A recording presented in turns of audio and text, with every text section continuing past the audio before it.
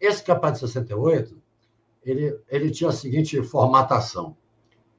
O primeiro turno era disputado por 12 clubes, dividido em duas chaves, né? A e B.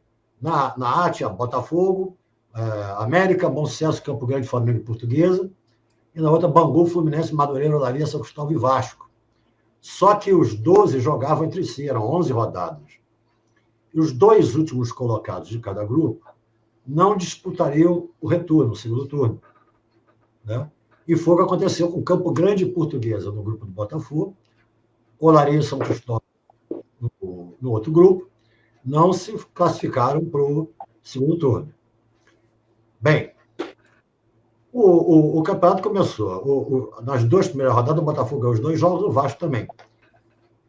Naquela época, costumava-se contar mais a classificação por pontos perdidos, né? Então, o Botafogo e o Vasco tinham 0 ponto. Só que o Botafogo, na terceira rodada, empatou com o Fluminense de 1-1, o Vasco ganhou, e depois o Botafogo, na quarta rodada, empatou com o América de 2-2, e o Vasco ganhou de novo. O Vasco foi com 2 pontos na frente. E o Vasco foi ganhando todo mundo. Quando chegou na 10ª rodada, a penúltima do primeiro turno, ia ter um Vasco e Botafogo. Teve, né? E o Vasco ganhou 2-0. Abriu 4 pontos de distância do Botafogo. O Vasco ficou com 0 pontos perdidos, o Botafogo com 4, e tinha o Flamengo com 5 também. Mas o América com 8, daí vai. Bom, aí vamos para a última rodada do primeiro turno. O Botafogo ganha do Campo Grande e o Vasco perde para o Flamengo 2-1. Ficando 2 pontos perdidos na frente do Botafogo. Né? Aí começa o segundo turno. Aí são 7 jogos só. Só sobraram 8 times. Primeira rodada, o Vasco ganha do Bom Sucesso, 1-0, o Botafogo ganha do Madureira 2-0. Aí vem a segunda rodada. O Botafogo ganha do América 3-0, o Vasco empata com o Fluminense de 0-0. A distância diminui para 1 ponto. Vem a terceira rodada, o Botafogo ganha do Bom Sucesso 2-0, e o Vasco empata de novo, 0-0 com o Bangu. Ficaram empatados com 4 pontos perdidos. Depois o Botafogo ganha do Fluminense 3-1, na quarta rodada, e o Vasco ganha do América. Estamos empatados. Na quinta rodada, o Botafogo ganha do Bangu 2-1, e aí o Flamengo empata com o Vasco 2-2. A gente ficou 1 ponto na frente deles. Na sexta rodada, o Botafogo vence o Flamengo de 1-0 e o Vasco ganha do Madureira. Então a gente vai para a final com 1 ponto de vantagem. A gente com 4 pontos perdidos, o Vasco com 5, aí o Flamengo já estava com 9. Aí vem a grande final. Grande final, dia 9 de junho de 1968. O Botafogo entra em campo com Cal Moreira, Zé Carlos Leônidas e Valtenci, Carlos Roberto e Gerson, Rogério Roberto, Jairzinho e Paulo César. Um clube, um time que naquela época todo mundo sabia de cor. Aquele timaço do Botafogo. Timaço. E um público impressionante, porque era um domingo de chuva e teve apenas 120.178 pagantes e mais 21.511 menores que não pagavam. Né? E o Botafogo, precisando apenas do empate, em vez de ficar recolhido, não, foi para cima do Vasco. Com 6 minutos de jogo, o Pedro Paulo do Vasco rebate um chute e a bola vai sair pela linha de fundo, mas o Gerson chega antes e mesmo sem ângulo, consegue chutar de direita, a bola bate na trave, o Gerson se embola com os repórteres atrás do gol e foi uma coisa impressionante. E o Barroco continuou atacando. Quando, aos 15 minutos, uma troca de passe entre Gerson, Jairzinho e tal. Então a bola para o Paulo dá uma enfiada sensacional para o Roberto. O Roberto, na saída do Pedro Paulo, ele só encosta a bola no cantinho. Um gol com muita categoria. E Botafogo 1-0 no placar. 1-0 no placar. Aí tem uma piada de alguém, né? Que o Brito reclamou para o Fontana que estava faltando cobertura. Aí o Roberto ofereceu, quer um guarda-chuva? Isso é folclore, né? Não sei se aconteceu ou não, mas era uma história que rolava muito naquela época. E aí, aos 15 minutos, o que aconteceu? Esse gol do Botafogo, o gol do Roberto. Aos 33, o Paulo César vem pela esquerda e chuta cruzado, chuta forte, rasteiro, cruzado, passa pela pequena área toda. E o Rogério, na segunda trave, de pé esquerdo, virado pro gol, empurra a bola para dentro do gol e 2-0. Aí a coisa degringolou de vez para o Vasco. O Vasco precisava fazer 3 gols para ganhar o título, né? Porque o Botafogo jogava pelo empate. Bom, mas o Botafogo continuou mandando no jogo. Continuou mandando no jogo, volta para o segundo tempo, ataca daqui, ataca dali, ameaça daqui, ameaça dali. Jairzinho jogando uma enormidade, o Gerson também. E esses dois são os protagonistas do terceiro gol. O Gerson dá uma enfiada sensacional para o Jairzinho. O Jairzinho entra sozinho na frente do goleiro, simplesmente toca no canto direito do goleiro.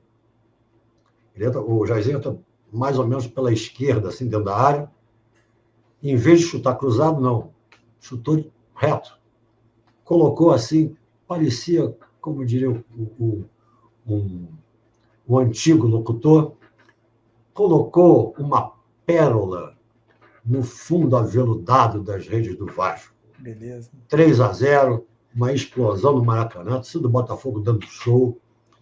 E começa um olezinho daqui, olezinho dali. E aí tinha uma regra nova, que era o seguinte: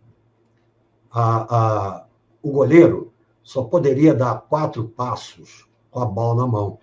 Tanto que era comum ver vídeos antigos, o goleiro saindo, quica a bola e chuta para frente, né? O Pedro Paulo vacilou e acabou cometendo um que ele chamava de sobrepasso, assim, perto da meia-lua, na meia-lua da área. Mas era 2 toques, o jogo chute indireto. Bom, colocaram-se Paulo César e Gerson, na barreira do Vasco, longe, atrás da marca do pênalti. O Paulo César, então, dá um totozinho para o Gerson. O Gerson manda uma bola na gavetaça do Pedro Paulo. Aí foi festa. Foi festa. O time correu para a lateral do campo para comemorar. Os reservas invadiram o campo para comemorar. E aí o que o Armando Marques, que era o juiz, fez?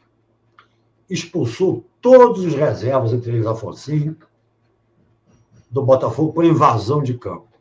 Mas é claro que não teve como anular, parar a festa botafoguense da torcida, que naquela época era conhecida a torcida que mais cresce no Brasil.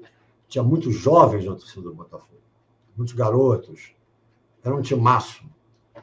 E esse time conquistou muita coisa. Além do bicampeonato carioca de 67 e 68, as taças Guanabaras, de 67 e 68 também, porque a Taça Guanabara era disputada separadamente do Campeonato Carioca. Como o Rio de Janeiro tinha deixado de ser a capital do Brasil, tinha deixado de ser o Distrito Federal, ele se transformou numa cidade-estado. A cidade era Rio de Janeiro, o estado era Guanabara. Daí, a partir de 65, inventaram a Taça Guanabara, cujo campeão era o campeão do estado, estaria classificado para disputar a Taça Brasil como representante do estado, porque a Taça Brasil era disputada apenas pelos campeões estaduais nessa época. E com esse Campeonato Carioca, e logo depois, o bicampeonato pouco depois, bicampeonato da Taça Guanabara, o Botafogo foi para a Taça Brasil, que acabou também vencendo. Só terminou em 69, né? Mas foi campeão, foi o primeiro carioca campeão brasileiro, ganhou a Taça Brasil, mas não foi representar o Brasil na Libertadores, porque o Brasil nem mandou ninguém para disputar aquela Libertadores. A Libertadores não tinha o peso que tem hoje. Os campeonatos estaduais eram os mais motivadores da torcida. Então, homenagem que eu queria fazer para esse timaço, com o Gerson levantando a taça, ao lado da grande atriz Glória Menezes. É uma imagem que eu jamais esqueci. E vou colocá-la aqui, vocês também, quem não viu, quem não conhece, também jamais vai esquecer. Porque esse time de 68 do Botafogo, 67, 68, era um time que era diferente do resto. Era um timaço. A categoria com que esses caras jogavam, a facilidade com que jogavam, era uma coisa excepcional. O time todo sabia jogar bola, né?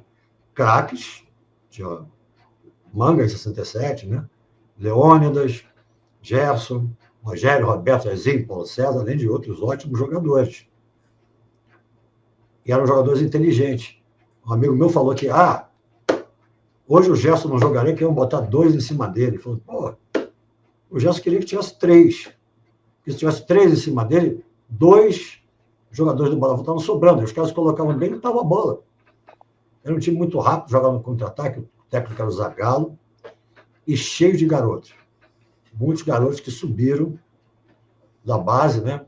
Paulo César, Rogério, Carlos Roberto, Valtenci, Moreira. Era um time muito jovem, muito jovem. E daí que veio, foi aproveitado esse jargão lá do estoque, o poder jovem, Young Power, né? Esse time do Botafogo representava muito isso. E, sinceramente, cara, olha, ver esse time jogar foi uma das coisas mais bonitas que eu já vi. Aquele balé do time do Botafogo, aquele olé do time do Botafogo. Era uma coisa realmente sensacional. Sensacional. E isso vai ficar, ou ficou, na história, como um dos maiores times brasileiros de todos os tempos. Viva o Botafogo, Bibi, campeão. A gente, como outros, a gente não ia dizer que era tetra, pegou 2 cariocas e 2 Taças Guanabara. A gente dizia que a gente era Bibi campeão. Nós fomos Bibi campeões com esse timaço, que em 70, por exemplo, Copa de 70, Rogério, Roberto, Zezinho e Paulo César estavam lá na seleção. O Gerson também estava, só que o Gerson já tinha ido para o São Paulo. Então, realmente é um time, era uma Selefogo que em 68 ganhou da Argentina. Mas isso é outras histórias. Eu quero mais comemorar até hoje ter visto esse time jogar. O orgulho que me deu ver o Botafogo Bibi campeão. Bibi campeão. Não, até Bibi campeão. Valeu?